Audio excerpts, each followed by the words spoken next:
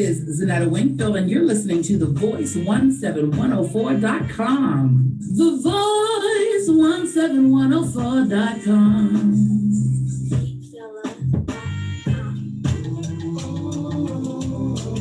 Welcome, my brothers and sisters, to the Richard James Show on 17104, The Voice. Greetings and salutations, my brothers and my sisters. Welcome to the Richard James Show. We have been blessed with another day on the planet Earth, and every day is a wonderful, wonderful blessing for us. We like to deal with historical information on this show. We like to share with you historical pieces that pertain to our people. And we're going to take a look at a group of individuals known as the Israelites. Who are the Israelites? The Israelites we also refer to as the original Jews. Now, there's differences of opinion in terms of who are the Jews. Uh, who are they? Who are they? Uh, there's a group of folks called Zionists that are nationalists that help to restore and set up the current Jewish state. And historically, there were individuals who were the first Jews, and they were the Judeans. And we're going to go through that information, and we're going to share some information with you, and we're going to take a look at it, and you can gather your own opinion. In terms of who I am and what I am, uh, do I consider myself a fundamentalist Christian? No, I do not. Do I consider myself a Muslim, a Hindu, a Buddhist? No, I do not. Do I believe in the great Creator who established heaven and earth? Yes, I do. Do I believe in life after death? I believe in existence after death. Spiritually, there is a thing. They say that energy cannot be created or destroyed. And I say that about love and spiritual existence cannot be created and not be destroyed. That if your loved ones are in your heart, they'll be in your heart spiritually forever.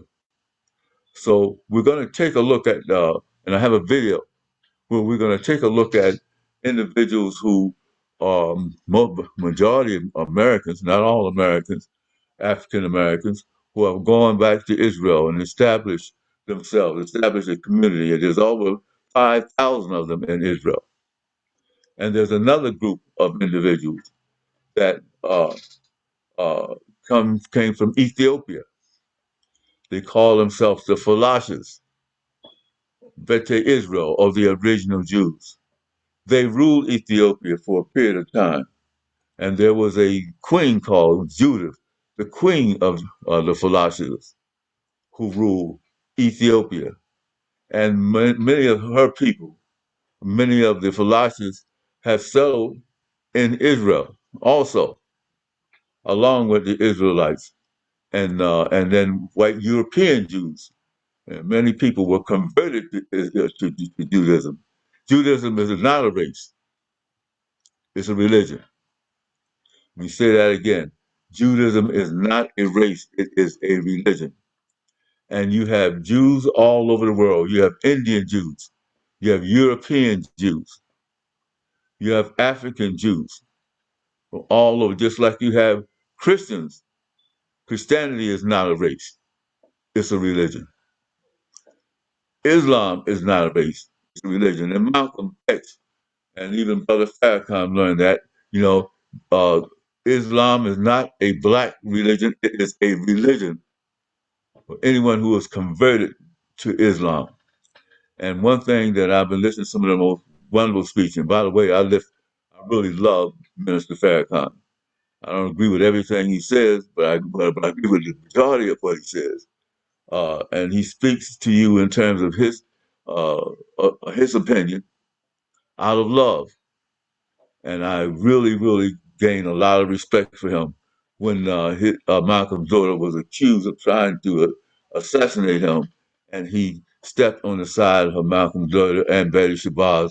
It showed what a wonderful man in the growth that he is. And people who accuse him of being racist don't know what the hell they're talking about.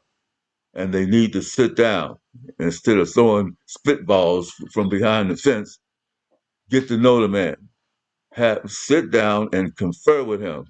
And you'll find, I think you have more in common than you have differences. This is a great man who's doing some great things for our people. No one in the history of this country has ever had over 1.5 million march on Washington. The greatest that we did in civil rights was 250 to 300,000. Didn't come close to what Louis Farrakhan did. The man is extremely powerful and in life, and he will be powerful even after he is departed this world. So that's where I am. I didn't mean to get caught off on that. But we're dealing with Jews, though. And here's where we part company. I do not believe that people who designate themselves as Jews is necessarily our enemies. Some of them are. Again, we're talking about a religion. We're not talking about a race. And there's some folks who call themselves Jews. Some of them are Zionists who have been our enemies, but some have been our friends. When I was first uh, getting involved or gotten involved in civil rights movement in the city of Chester, I aligned myself with individuals who would designate themselves as Jews. And some of the individuals who went up against also designate themselves as Jews. You hear what I'm saying? There was a guy they called King Jack of Hilo who owned a big department store, a complex, and he had a skating ring, and which was segregated. He segregated staff and that kind of thing, and he designated himself as Jewish. But the individuals that help us to integrate that skating ring and really to launch the civil rights movement were Jewish kids. Do you hear what I'm saying? Let's not be racist and let's not try to condemn people without knowing who they are and where they stand based on one particular designation. Let's not do that. And so I have some things here that I want to read to you. I think what I'll do is read some of this information and material as we go along. I'm going to start out with reading you a poem, and then I'm going to, at the end, read you some more poetry out of my book called We Found the Victory, The Struggle for Love and Freedom in Prose and Poetry. If you want a copy of this, we're re-releasing it. They'll be available on Amazon.com.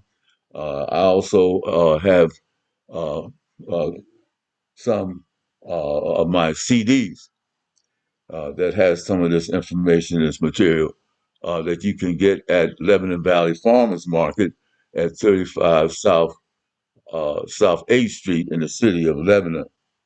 But let me read this poem to you. I've read it to you before. It's called African Queen. Uh, and remember, there were two great African queens. One was Judith, queen of the Philistines, the Ethiopians, and then there was a woman that was renowned and called the Queen of Sheba. The Queen of Sheba ruled over the land called Shiva, and there was a country called Yemen, which is basically predominantly an African or black nation. Let's read this poem. African Queen. She stood tall and saintly, her copper brown skin as smooth as lamb's milk, her teeth the color of ivory. They called her the Queen of Sheba. She strolled across the mountains, planted seeds that created the forests of Ethiopia. She washed her hair in the Red Sea, used the clouds as her pillow. She took a caravan of men and animals, stretching for miles and miles and miles along the mountain trails to Israel.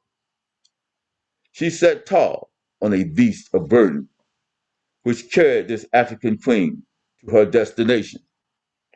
She possessed wealth untold, Her beauty was so profound it seems unnatural. Her mission was to see, to meet, to become acquainted with the wisest of all wise men, the son of David, Solomon, king of Israel, from the tribe of Judea. Yet she did not walk in his shadow. She was no less than he. Most nations bowed at her feet. All men who glanced upon her heavenly decor wanted to be near her. She was Alpha and Omega, the queen of Shiva, in quest for greater tomorrows, for bigger challenges. There were other queens who ruled the world, most powerful nations. One such woman had wealth and power and respect beyond man's ability to perceive. One such woman played chess with the pharaohs and went boating along the Nile. That was Cleopatra, whose empire was the greatest of her time. But you are my queen. You are the queen of Shiva, and your empire is my heart. I have accused, I have cured wealth through sharing your love. No queen, past or present, will ever replace you. Queen of Africa, I love you. Queen of Shiva.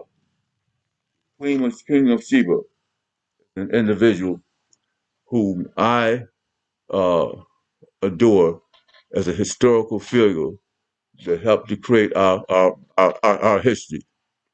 We're going to right now put on our video, and we're going to want you to take a look at this historical evidence, information regarding the Israelites that have settled in the country of Israel. And then we're going to talk about some more about this whole distinction between the Jewish people.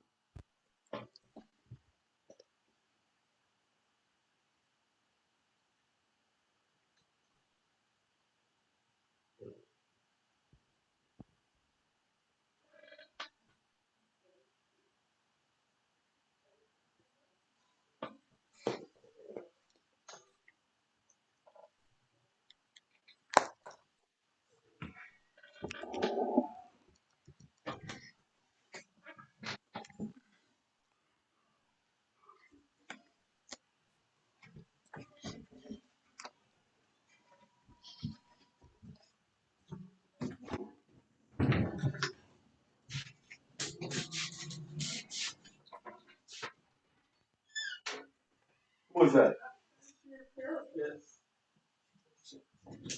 So early. I'm on the air.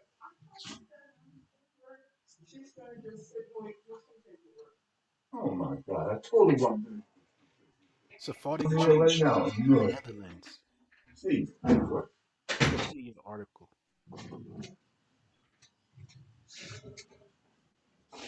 Sephardic Jews in the Netherlands. As a result of the Alhambra Decree of 1492 and the Holy Office of the Inquisition, many Sephardim, Spanish, and Portuguese Jews left the Iberian Peninsula at the end of the 15th century and throughout the 16th century in search of religious freedom. Some migrated to the newly independent Dutch provinces, which welcomed the Sephardic Jews. Many of the Jews who left for the Dutch provinces were crypto Jews, persons who had converted to Catholicism but continued to practice Judaism in secret. After they had settled in the safety of the Netherlands, many of them returned fully to the practice of the Jewish religion.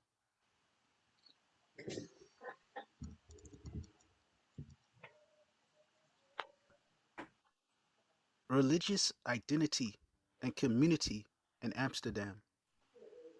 The Jewish community of Amsterdam was self governing, thus keeping the communal power in the hands of the merchant elite among the Portuguese Jews. The Passover Center of the Portuguese Jews, Amsterdam. Illustration circa 1733 to 1739 by Bernard Picart.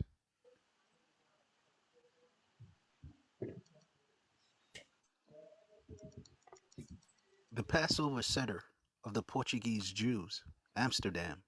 Illustration circa 1733 to 1739 by Bernard Picart.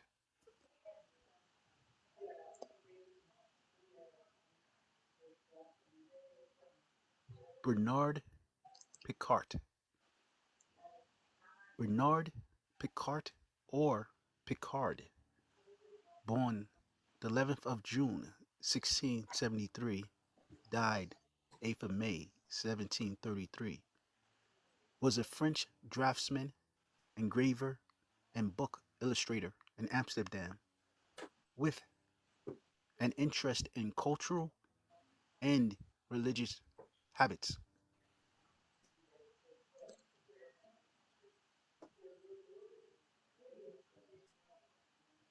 Bernard Picart, artist of the Passover Seder of the Portuguese Jews, Amsterdam, 1733 to 1739.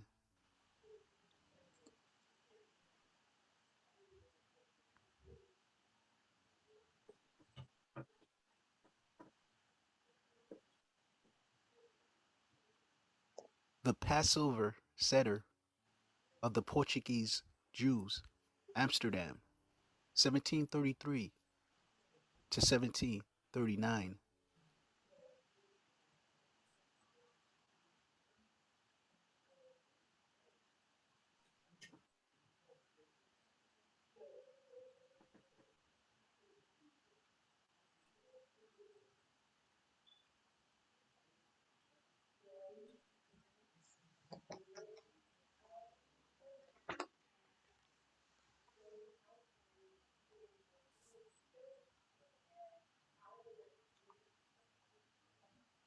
Sephardim with inner African ancestry.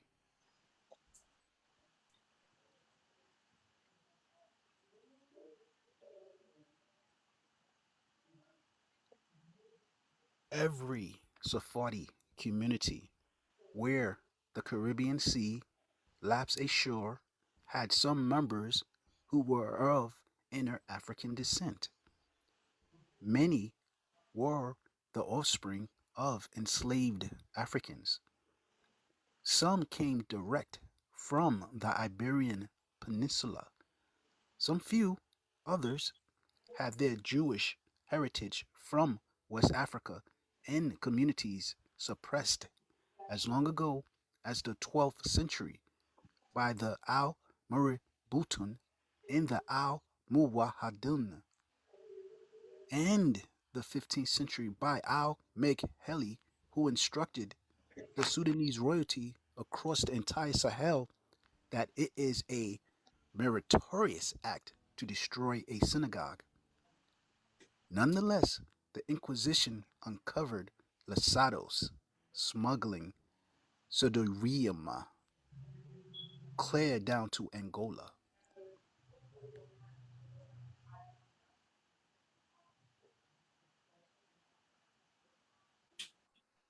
Also, at this point, I would like to insert my opinions into this article, which is a really great article. Um, Instead of the term enslaved Africans, the writer should have wrote enslaved Israelites. And the Inquisition uncovered the Lasado smuggling Sortorium.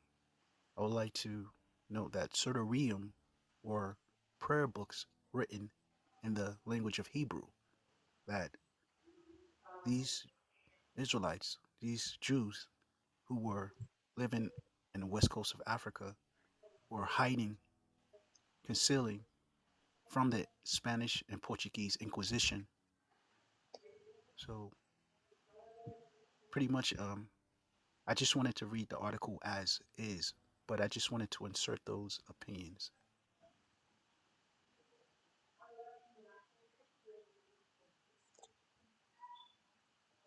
Sidereum prayer books. The Lesados were smuggling prayer books in West Africa down to Angola and West Central Africa from the agents of the Spanish and Portuguese Inquisition. The artwork of Bernard Picard illustrated what a family of Portuguese Jews in the Netherlands uh, looked like when they were enjoying their Passover Seder or Passover meal. Now, this next article is to describe when these Netherlands Jews moved or got readmitted or resettled into England. Wikipedia article: Resettlement of Jews in England. The resettlement of the Jews in England was an informal arrangement during the Commonwealth of England in the mid 1650s, which allowed Jews to practice their faith openly. It forms a prominent part of the history of the Jews in England.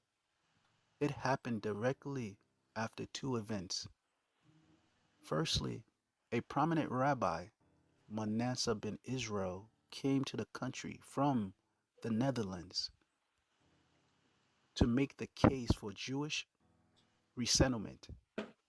And secondly, a Spanish New Christian, a supposedly converted Jew who secretly practiced his religion, merchant Antonio Robles, requested that he be classified as a Jew rather than Spaniard during the war between England and Spain.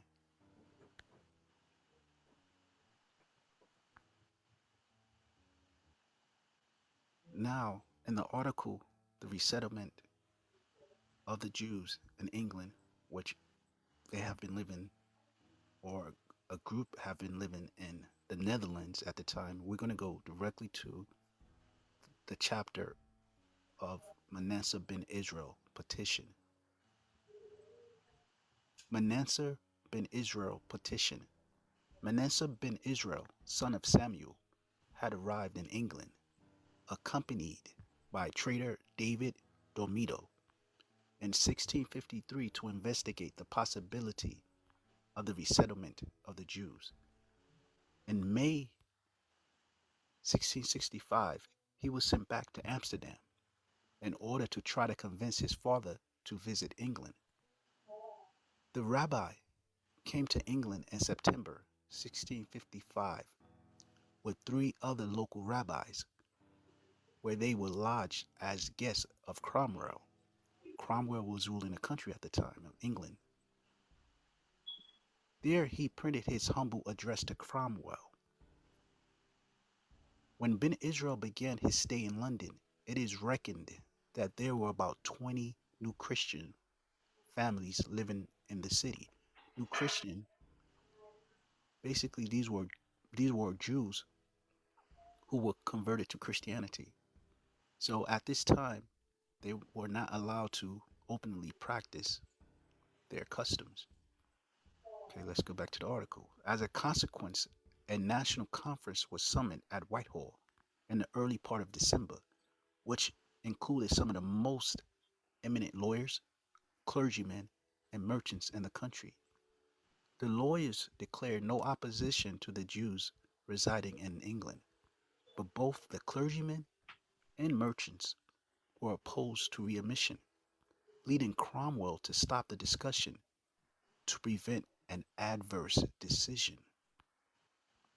Nevertheless, some change to official policy must have occurred because the diarist John Evelyn wrote in his diary on 14th of December, now were the Jews admitted. Ben Israel stayed in England until 1657, during which time he met and engaged with a number of influential people. Although he did not achieve a legal ruling on the resettlement of the Jews, his presence gave prominent Englishmen a positive impression of learning and virtue among Jews.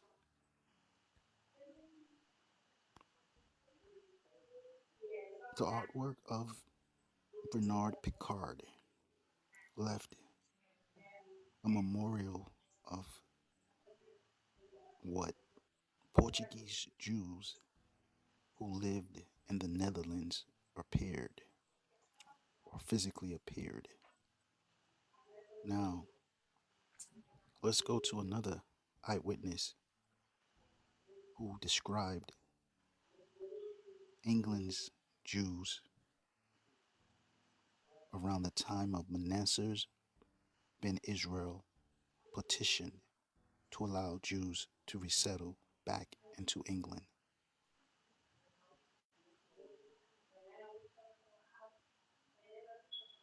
The Jewish pirates of the Caribbean, how a generation of swashbuckling Jews carved out an empire in the New World in their quest for treasure, religious freedom, and revenge by Edward Chrysler. Shaw's treatment of Jews in his realm was consistent with the tolerance he expressed in the Declaration of Breda.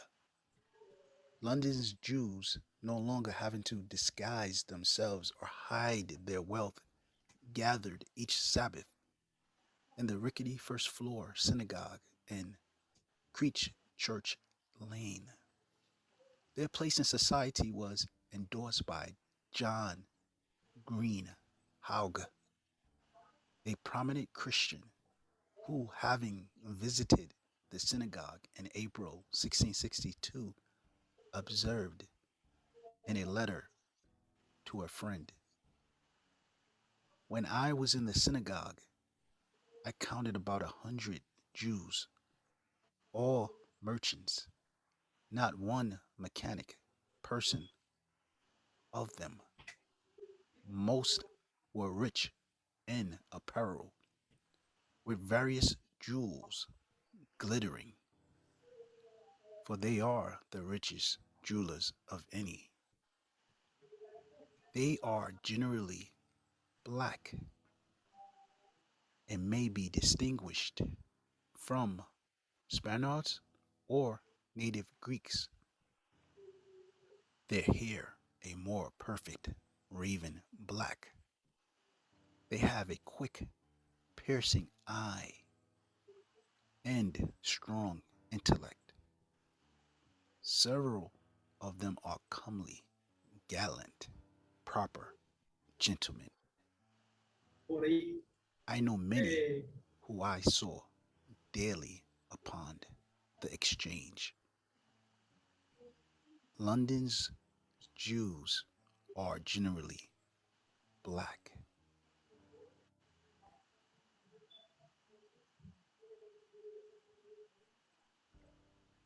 Now, for another eyewitness account of Portuguese Jews, we can head to the book A New Voyage to Italy with curious observations on several other countries as Germany, Switzerland, Savoy, Geneva, Flanders, and Holland, together with useful instructions for those who shall travel there. Volume 1, Issue 1 by Maximilian Missan, 1714.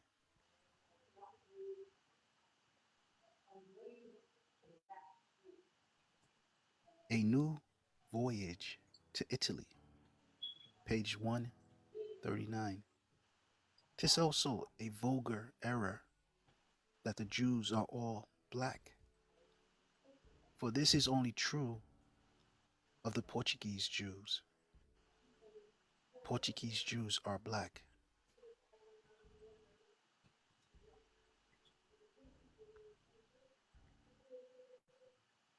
It's really easy to understand the literature written on the Jews if you can understand the specialized terms that scholars use to describe Jews. In the previous article that we were reading, there were basically two terms that were used to describe Jews: Sephardi and Lanzados.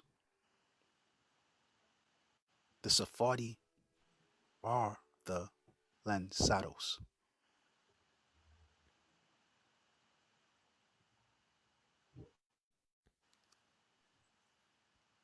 In the book Creoles Revisited, Language Contact, Language Change, and Postcolonial Linguistics, edited by Nicholas G. Farraklas and Sally J. Delgado, here's another example to understand the different names and terms to describe the same people. In this case, it's the Sephardim. The Sephardim, not just financiers, but also degradados and lanzados. The Sephardi are lanzados. Different names to describe the same people. The Sephardi are also called the lanzados.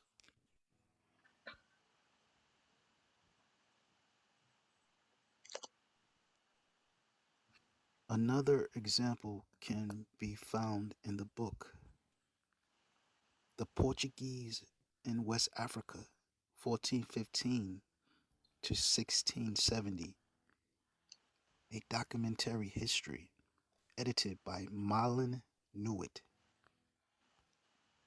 Lasados, who were the founding fathers of Atlantic Creole culture. Lasados, founders of Atlantic Creoles. So now Lasados are also known as Atlantic Creoles.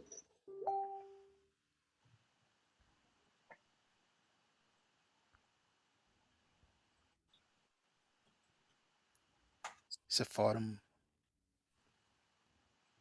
Lasados, Atlantic Creole, Ladinos, these are terms that have described African Americans, people of color in the Caribbean, Central and South America. In the book, The African Americans, Many Rivers to Cross by Henry Louis Gates Jr. and Donald Lacavoni, the first large group of slaves to arrive in lands that would become the United States. These black slaves may have been Atlantic Creoles or Ladinos. So the first black slaves are described as Atlantic Creoles or Ladinos.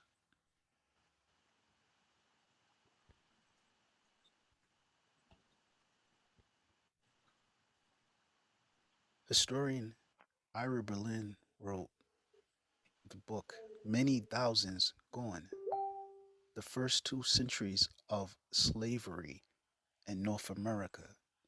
A direct quote from his book: Atlantic Creoles might bear the features of Africa, Europe, or the Americas in whole or part. You can see Ira Berlin tried to give you a visual on how these peoples appeared. From the beginning of the transatlantic slave trade, the enslaved had the so-called triracial type of the so-called Africans, Europeans, and the American Indians in mixture or combination. I'm gonna give a few more examples to show how his statement concerning Atlantic Creoles might bear the features of Africa, Europe, or the Americas in whole or in part is an accurate statement.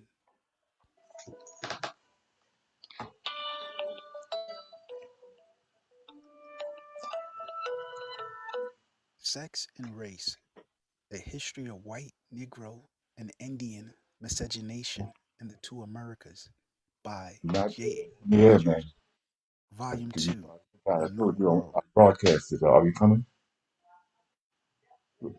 Yeah, I can't talk to you.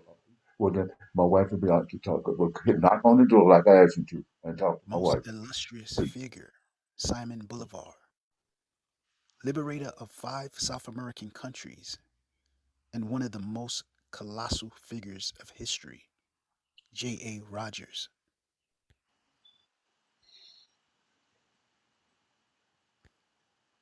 Sex and Race, Volume 2, The New World by J. A. Rogers. This mixing of races is true of Anglo Saxon America and Latin America alike, but particularly so of Latin America. What Simon Bolivar, liberator of five South American countries and one of the most colossal figures of history, said of Venezuela is true of all that region south of the Rio Grande. He said, we must face the fact that our race is not European. It is rather a composite of Africa and America than an emanation of Europe. For Spain itself ceased to be European by its African blood, its institutions, and character. It is impossible to determine exactly to what human family we belong. Most of the Indians were annihilated. The European has been mixed with the Indian and the African. We were all born of the bosom of the same mother, but our fathers, differing in origin and blood, are foreigners, and we all differ visibly in color of skin. Spain itself ceased to be European by its African blood. Significant words, words to be remembered whenever we think of the earliest settlers of the New World. Bolivar, in addition to his wide knowledge of Spanish history, had lived in Spain, had seen the racial composition of its people.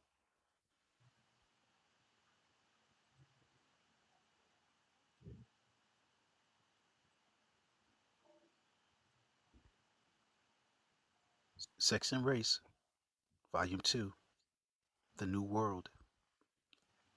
In other words, the discoverers and the earliest trailblazers of the New World were already mixed, a people which were largely mulatto, if you will, on their arrival in 1492.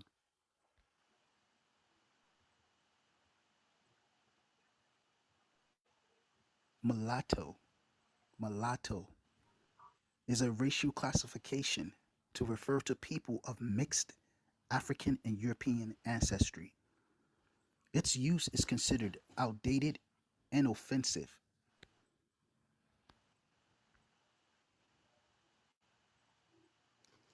Mulatto, etymology.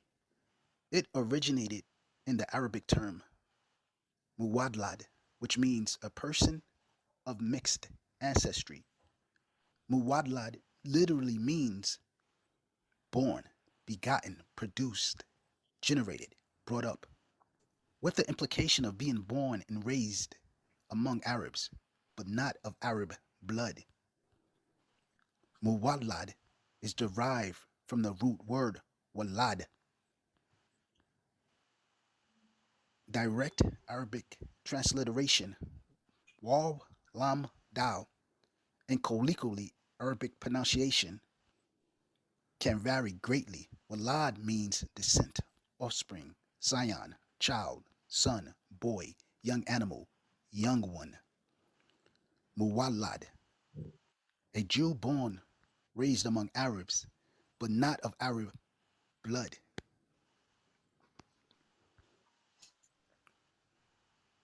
One, pareja, mulatto,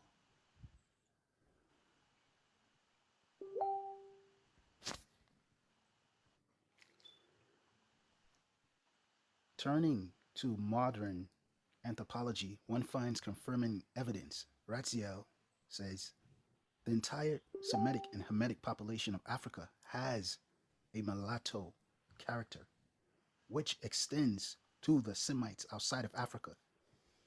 Source: Sex and Race, Volume 1, J.A. Rogers.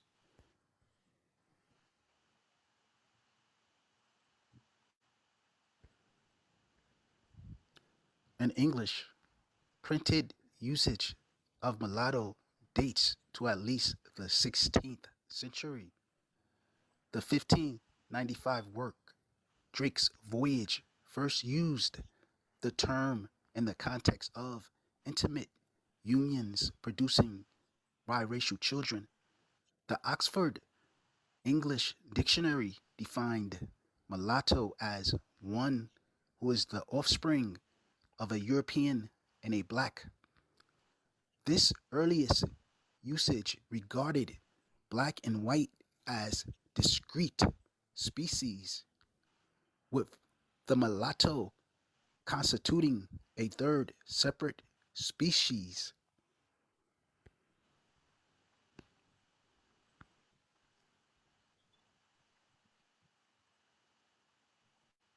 Hybrid hate, conflations of anti Semitism and anti black racism from the Renaissance to the Third Reich. Tudor Parfit.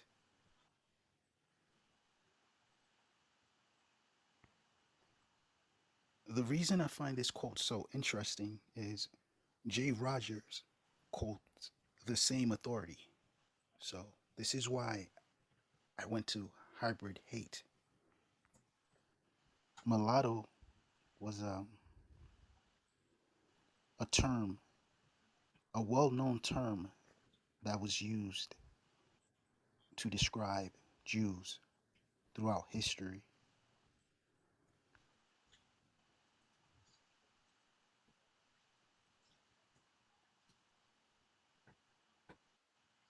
So this is a direct quote from the book Hybrid Hate. The Semites belong to the mulatto class, a transition stage between black and white. Frederick Ratzel, 1844 to 1904.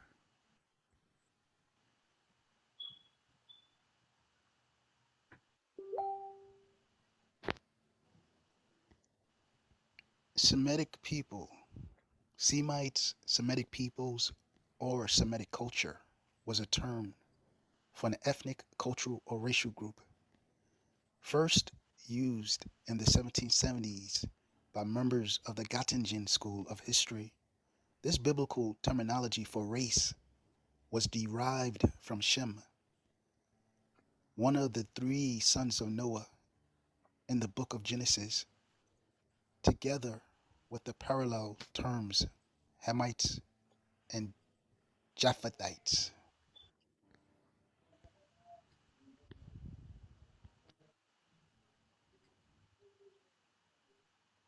Merriam Webster Dictionary. Semitic. Under the third definition, Jewish. Semitic is derived from the term Shemitic, and it really applies to anyone who is a lineal descendant of Shem. But in the modern terminology, it's used to mean Jewish.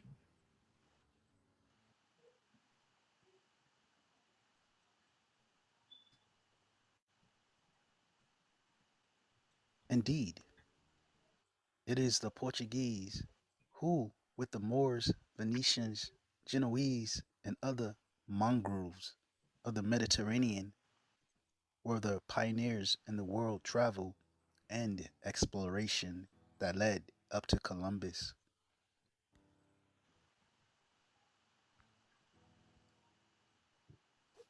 Page 5. Since then, the Spaniards, Portuguese, and Italians, even of the 19th century, had so much visible Negro strain. It is reasonable to suppose that among the first explorers and colonizers of the New World, there must have been many individuals of Negro descent, although there is little mention of them as such. The reason is that mulattoes were regarded as white. When a European said and still say Negro, he means an mixed black man. For instance, on Columbus' third voyage, only one Negro, Diego, is mentioned, and in the list of noblemen and gentlemen of quality who accompanied Balboa to the Pacific, only one Negro, Nufolo de Olano, is named, and that does not mean there was not other near blacks on those voyages. Also, Pietro Alonso, the pilot of Columbus' flagship on the first voyage, is mentioned in the Libretto, the original account of the voyage, which was published in 1521 four times as a Negro.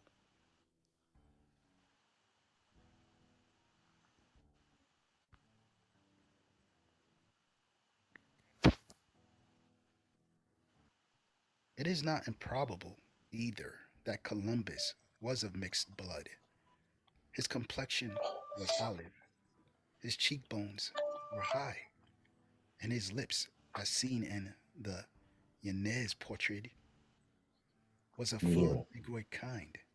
This portrait, I'll call you later. the oldest of all, was thought the most characteristic of him by his hair, the Duke of Veragua.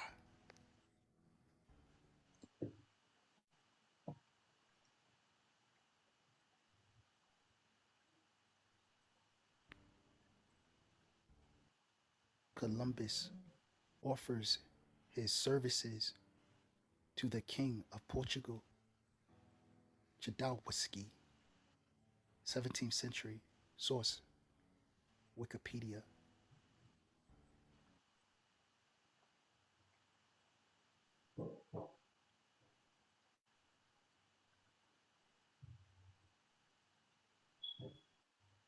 The arrival of the Spaniards in the New World in 1492 started at once the miscegenation of these fair and these dark skinned Europeans with the Indians. Thus, it may be said in the most positive manner that the first mothers of persons of European ancestry born in the New World, the Creoles, were Indians. This is perhaps wholly true also of the mothers of those of African descent. First mixing of white men, some of whom had a Negro strain. And this is from Sex and Race, Volume 2.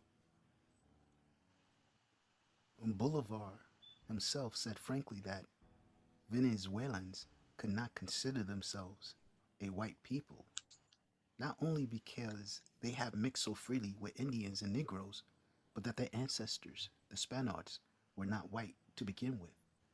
He ridiculed the idea of superiority because of Spanish birth and laughed at sangre azul, or blue blood.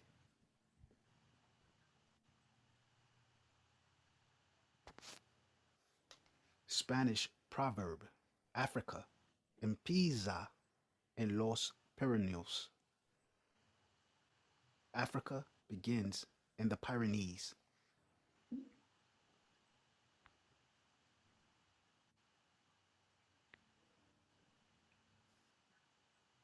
Wikipedia article, Pyrenees.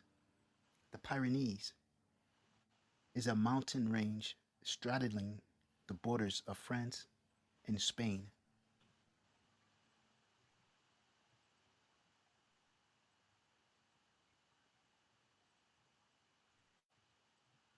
The Pyrenees and mountain range between Spain and France. Casta paintings, 18th century Latin America, but this also includes the Caribbean, North America. This is a wonderful, dynamic um, look into the past on what type of people populated the Americas.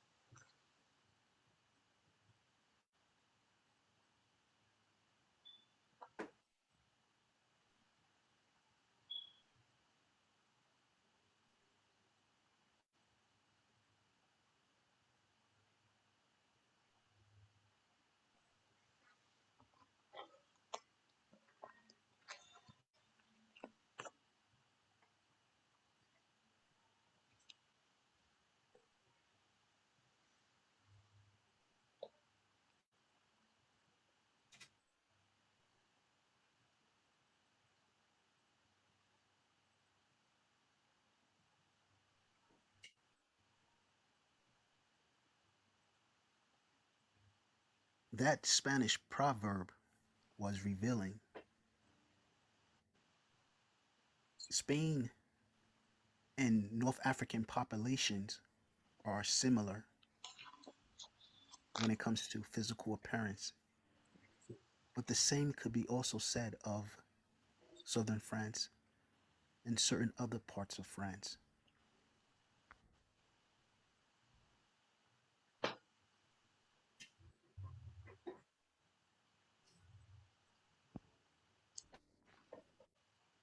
Thomas Alexander Dumas, general in revolutionary France.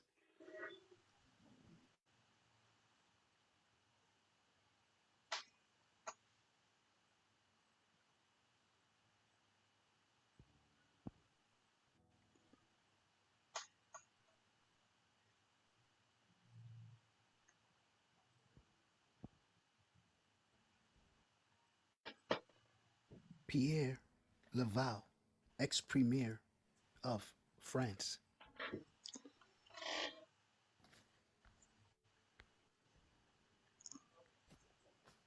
Pierre Laval, 1913, when he was a lawyer in France.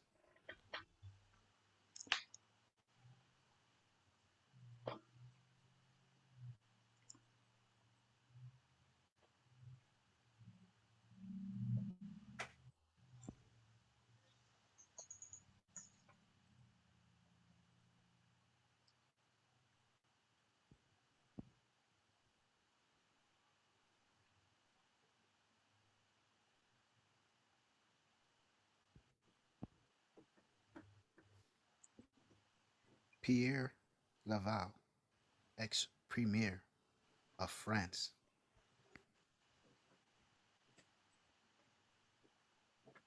Early life.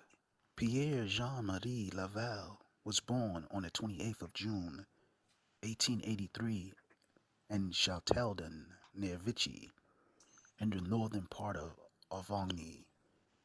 The son of Gilbert Laval and Claudine Tournier, his father worked as a cafe proprietor and postman.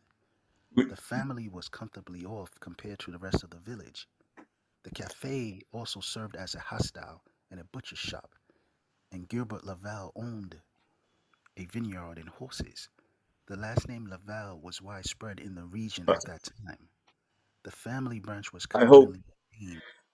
I hope you have gotten some things out of this video. Uh, Very interesting and particular things. What we were concerned about lifting up was the Israelites, and some of the detailed information that was given to you will help you understand better that, first of all, again, as I reiterate, uh, the religion, Jewish religion is a religion, it's not a race. Uh, there are individuals of different races that are Jewish. Indian, for example, has millions of Jews. Uh, we have at least 6 to 8 million Jews here in the United States of America. We have more Jews in the United States than we have in Israel. Uh, we have a group called, that I mentioned earlier, called the Falashas. Falashas are the what we call the Beta Israel of the original Jews, the first Jews. Uh, they were at one point slaves in Egypt, and the original Egyptians, the Nubians, were the original Egyptians. So to make it clear, the first individuals, uh, and this has been proven scientifically on the planet Earth, were in fact blacks, uh, blacks of African descent, and they spread all over the world. And and Israelites were one of those individuals. There are over 5,000 black Israelites that have returned uh, to Israel. There's also uh, a large group of philosophers from Ethiopia that returned to Israel. And many of the philosophers fight in the Israeli army. Uh, and we've had a close working relationship with Jews, but not all Jewish people are our enemies. Some of them are. Some of them are more concerned with economics than anything else. But that's just not pertaining to the Jews. You got white folks that are that way, who basically make up the vast majority of the country. You even have some blacks who enter into this entrepreneurial thing, who find money more important. And I'm not knocking free enterprise. Quite honestly, I believe in free enterprise and individuals being able to make it on their own. But I don't believe in exploitation. I don't believe in slavery. I don't believe in these types of concepts. And if you believe in those things, I don't care what color you are, you become the part of the problem as opposed to a part of the solution. Uh, Thank you for tuning in. Uh, we are still down in Lebanon, Pennsylvania, trying to lift up our little business, sharing education, sharing interests. And here we are with oils, with jewelry, with original paintings from Guinea-Bissau. We also have drums. Got a nice collection of drums that came in. You can see John C. Right that just came in, and we have masks that came in from Guinea-Bissau. So we're still there on the case, and we're still looking forward to having you come in and do business with us. Now, there's a lot of drum circles that are coming up now, and that are happening along the waterfront in Harrisburg, happening in Lebanon and different places. If you want that new djembe, that beautifully hand-carved djembe, where you people come and get one from us, please. We also have CDs that we have. My personal CD, when sensitive man reach out and love notes from a sensitive man. we have been re-released, and we have copies of those. Uh, so we have a lot of things. So we like to just visit with you also and talk with you and share with you the information that we have, because it's all about education. It's all about information sharing, and it all starts with love. We've got to love our the Bible says, "Love the enemy, bless those that persecute you, and say false things against you." Uh, it said, when a person hits you on your right cheek, turn to him your left cheek. In other words, we're not going to react with hate. We're not going to react with ignorance and destruction, but we're going to react with love and try to bring people together. Our whole emphasis is to bring people of all races together. And whoever you are and whatever your background is, then you need to know your ancestry and love your ancestry. There are things like 23andMe, for example. Now genealogy and research is not as expensive as it used to be. Find out something about your family, something about your history, uh, and lift it up. Lift it up, and it's important because when you find out about your history, you find out about yourself. There are things that you can find out physically about yourself, uh, and spiritually and psychologically, that you may not have known, that you may not have had an idea, and you can get even greater clarification by looking into your history and looking into your background. So, and we'll say to those, please come down. We're there Thursday from 8 to 5, uh, Friday from 8 to 5, and Saturday from 7 to 3. So I want to say to you all, and I want to uh, lift up Brother Chris and the family. I always have to do these here because they worked so hard to put this together, and it was his dream that came true, and it's to our benefit and the benefit of mankind. And so, hey, tell folks about it. Uh, Lift us up. Let them know that we're here, and tune in again. So this is Richard James. I say in the words of the late great Toby Young, your neighbor and your friend. Come back and see us once again. God bless you and much love. Take care.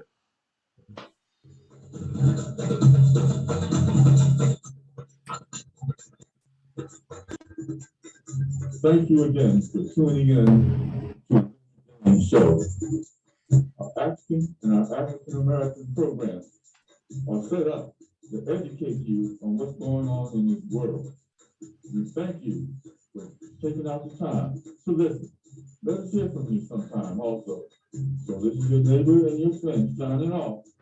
Until I see you again next week and hear from you again next week. So long. God bless.